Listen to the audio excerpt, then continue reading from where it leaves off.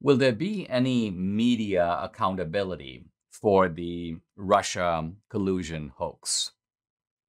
I don't think there really will.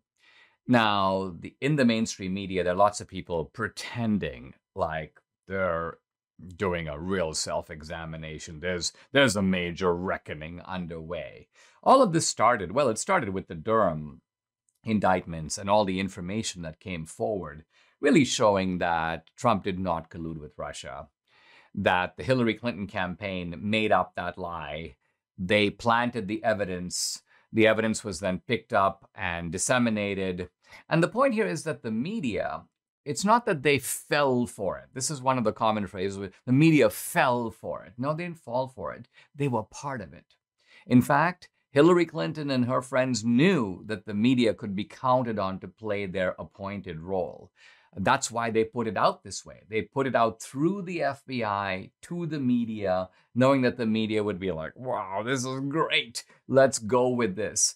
And in that sense, the Russia collusion hoax fit Goebbels' definition of propaganda. Goebbels basically said propaganda is not judged by its literary quality or its believability. Essentially, if it works, it's good propaganda. And if it doesn't work, it's bad propaganda. So propaganda is measured by its result. And you have to say that by that definition, the hoax was successful. It put Trump on the defensive for his entire presidency. In fact, it almost got rid of Trump. And it created all these bogus investigations, one on top of the other. And it's taken years for this hoax to be unraveled. Now, the Washington Post goes back and sort of amends large segments of its articles, one from March 2017, another from March of 2019. The New York Times runs a guest essay, quote, "How did so much of the media get the Steele dossier so wrong?" And again, you might expect an article like this to be, a painful self-examination. But the writer of the article basically says, this is just because reporters were a little gullible. I'm now quoting them. Some reporters simply didn't like or trust Mr. Trump and didn't want to appear to be on his side. So this is a gross understatement of the issue. In a sense, you could almost say that these articles are intended to sanitize what actually happened, to minimize responsibility and to hide the true complicity of the media. The truth is that the media was, from the beginning, part of the lie.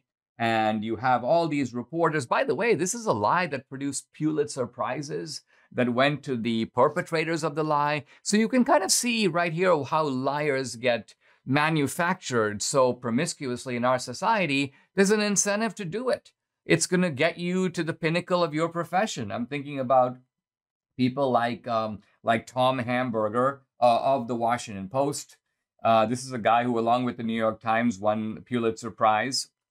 I'm thinking of people like Rosalind Helderman. I'm thinking of people at the hosts at MSNBC and CNN.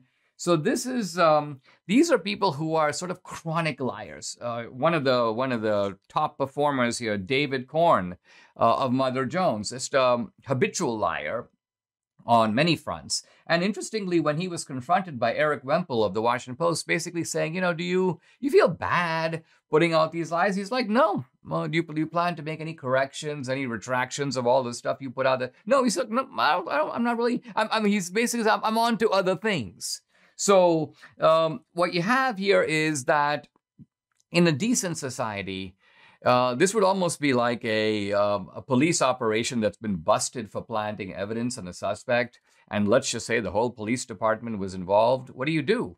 Root everybody out. Everybody would be fired. In many cases, there would be criminal prosecutions. These are people who would be locked up for what they tried to do. And in this case, they tried to do it not just to an ordinary defendant. They tried to overturn an election. They tried to essentially remove a duly elected president.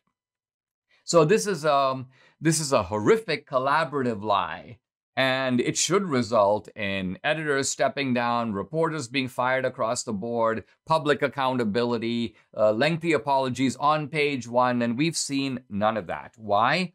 because we don't really have a normal media. They're not in the information business. They're in the propaganda business. So the reason we're not going to get Russia accountability of any real kind is for the simple reason that the propagandists, just like Goebbels, measure that propaganda by its effects. And they say, listen, we might have been lying, we might have known we were lying, but here's what the lie achieved. It took the evil Donald Trump, the big bad Donald Trump, put him up against the wall for 4 years. So measured by that standard, the lie sort of served its purpose. And so even though they're pretending to a kind of public accountability, privately, I think the liars are actually kind of gleeful that they got away with it.